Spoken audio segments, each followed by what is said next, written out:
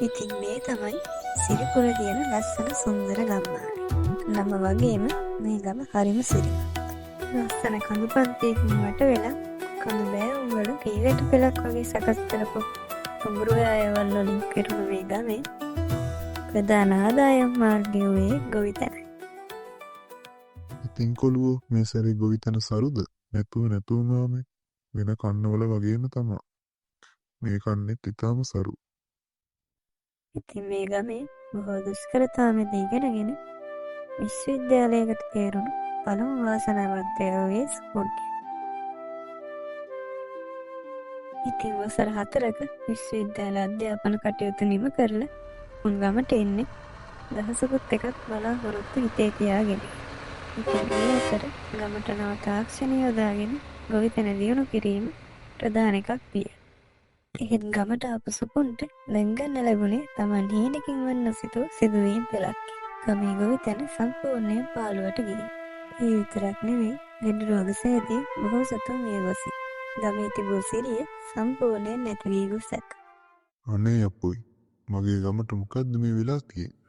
සුපුන් Tamanටම කියාගත්තේය. සුපුන් ඉක්මනින්ම ගෙදර ගියේ මේ ගමට උණු සිදුවීම් මොකක්ද යන වග අසා දැනගැනීමට. සුපුන් ගෙදර යන විට තාත්තා ලෙඩ ඇදේය. අම්මේ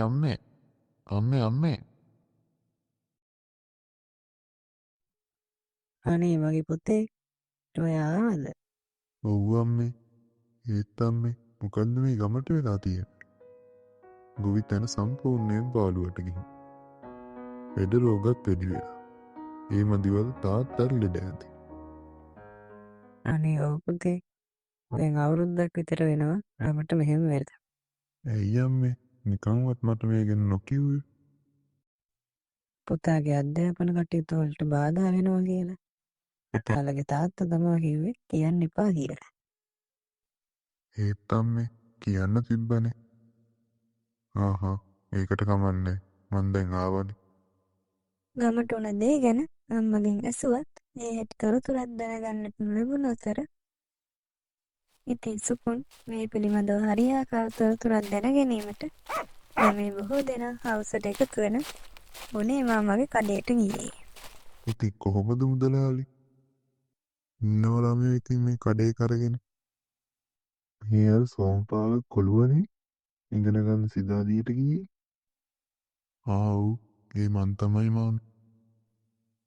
ඉතින් ළමයෝ එහි වැල් ටික ඉවරද? ඔව් මුදලාලි. මුදලාලි මං අහන්නමයි හිටියේ. මොකද්ද මේ සිරිපුරට වෙලා තියෙන්නේ? ඔව් ළමයෝ ඔය ළමයා නොහිටිය ටික කාලෙට මේ ගම් බොහෝ වෙනස් වෙලා. දැන් ඉස්සර වගේ අපේ වගාවල් සරු නෑ. පසත් නිසරු වෙලා. ඉස්සර නම් ලෙඩක් දුකක් හැදෙන්නේ ඉතා කලාතුරකින්. ඒත් දැන් ලෙඩෙක් නැති ගෙදරක් නැති තරම්. ඒත් කොහොමද ගමට මෙහෙම දෙයක් වුනේ? එතන සිටි අයගෙන් ඇසුවත් කාගේවත් ළඟ හරියාකාර පිළිතුරක් නොවිය.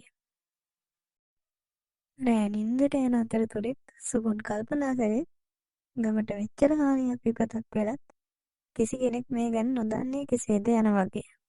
බලමු හෙටවත් මේ ගැන තොරතුරක් හොයාගන්න පුළුවන්ද කියලා.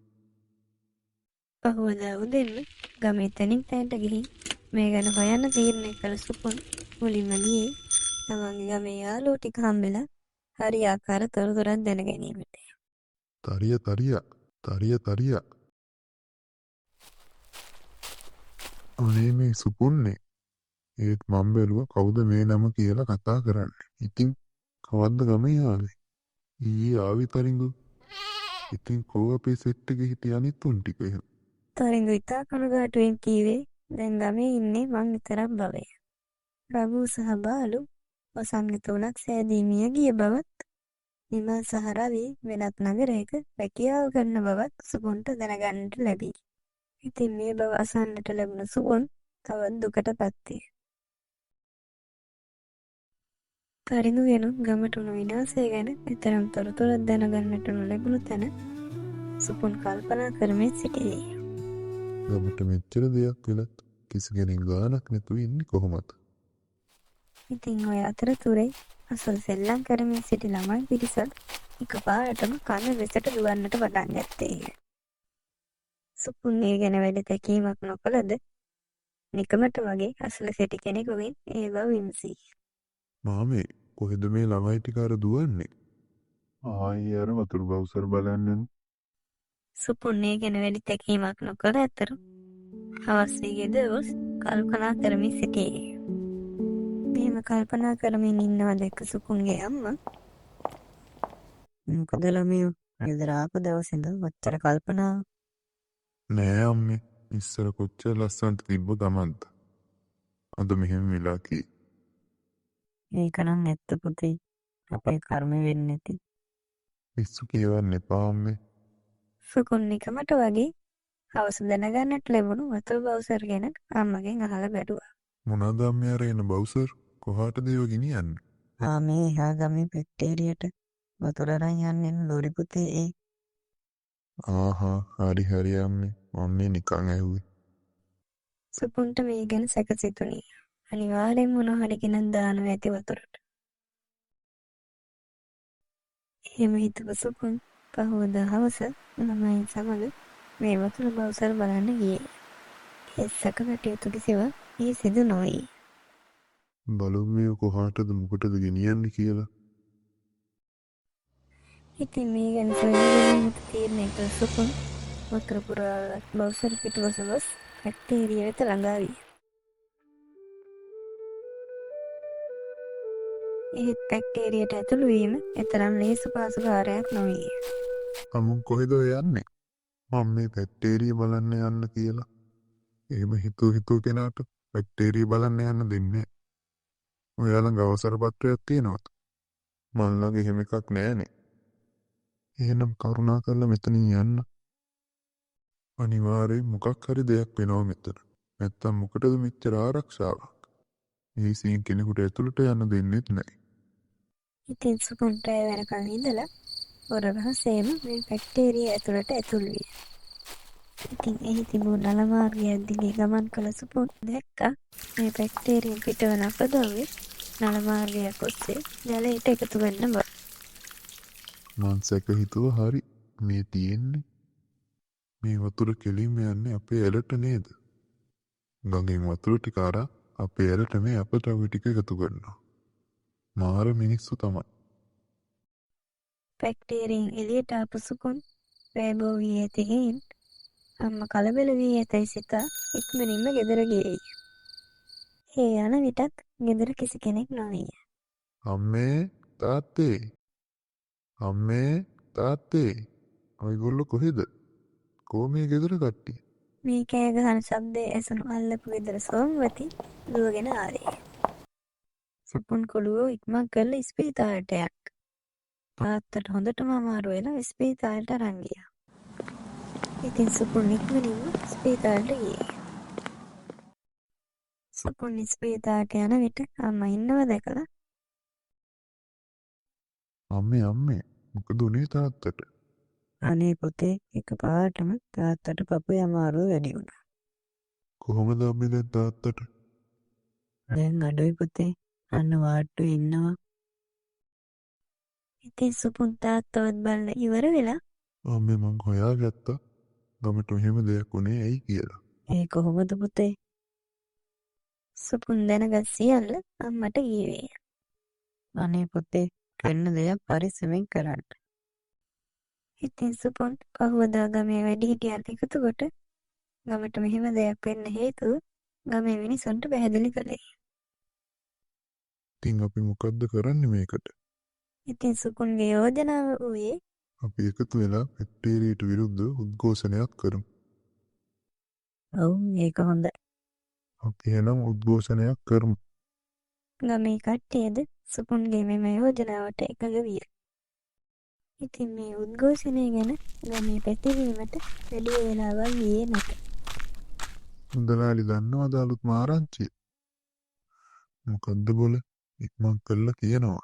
මට තව වැඩ තියෙනවා. ඉතින් ඒ මහ පොලේ මුදලාලිට සේතන් අප්පු මේ පිළිබඳව කීවේ.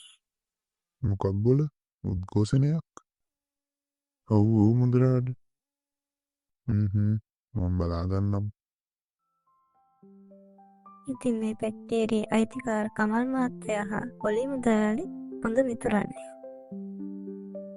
ඉතින් පොලි මුදලාලි මේ පිළිබඳව කමල් මහත්තයා දැනුවත් කරන්න කටයුතු කළේ.